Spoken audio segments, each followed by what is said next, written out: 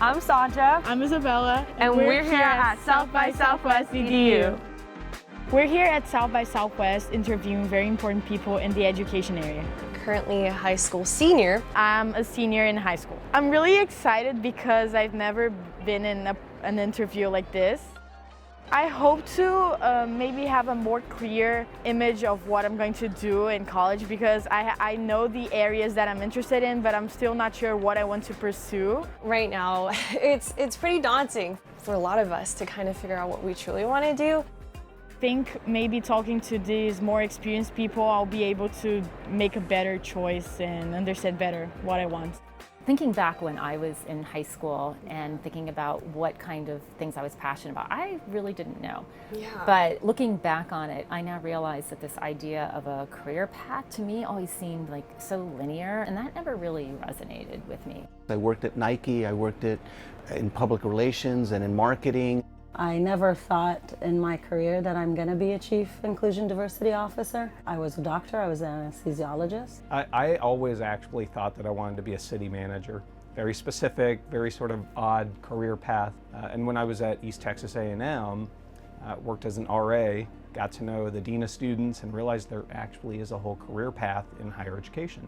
A lot of my life has been, as I've been trying to help people kind of see what they're passionate about, it's been helping me develop my passion and what I'm interested in. And so we've been learning and working together. My first real job after graduating from college was in the classroom. It was with Teach for America, and I taught in an alternative high school where my students were in and out of the incarceration system. And that really, I think, set the domino effect. But I actually started my career as a wilderness counselor in the woods. Whoa, That's so cool. That's like a flex. Wow. Always knew I wanted to kind of work with young people to help with that transition to coming into their own and becoming really successful in life. I know that the path wasn't straight. What did you do that motivated you to get where you are today? So there was a leader at Kaiser Permanente who needed somebody to do product recalls and stuff like that.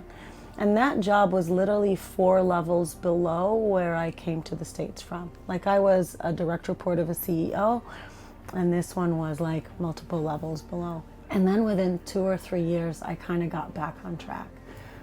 What I would tell people when they're transitioning is don't hold on so tightly to where you were and what you're owed and what your education would allow you to, because different contexts require different things.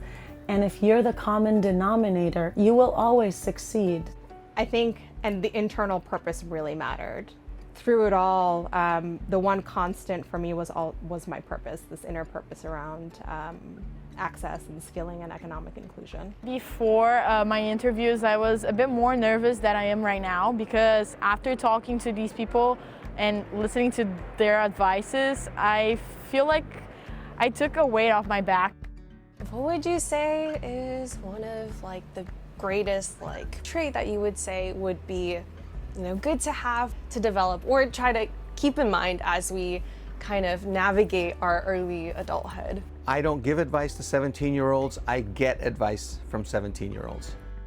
Anchoring in your values, embracing the discomfort, and sticking to your values because you know what they are. Find something that you're passionate about. Figure out what's going to give you that sense of purpose. Don't just chase the money, chase the dream. It's okay to build the plane while flying it. That's life. Widen the aperture for what might be interesting to you. Looking around a little bit and being open to learning. One of the most valuable things you can learn is that you found a career that's not for you. It's okay to try it out. Try it out, Just try the thing that you want to do, even if you don't do it right, because you probably won't do it right the first 50 times. It's okay.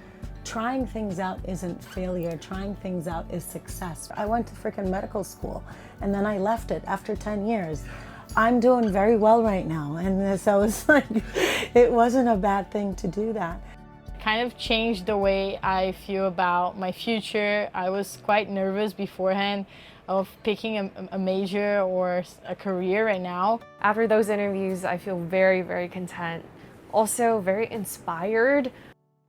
But I realized that the world is much bigger than just the college that I'm going to pick. Seeing all these inspirational people really made me realize that you don't really need everything figured out. And at the end of the day, I really think it's a journey. Good things are ahead, and you don't always have to have the answers to them. Roadtrip Nation!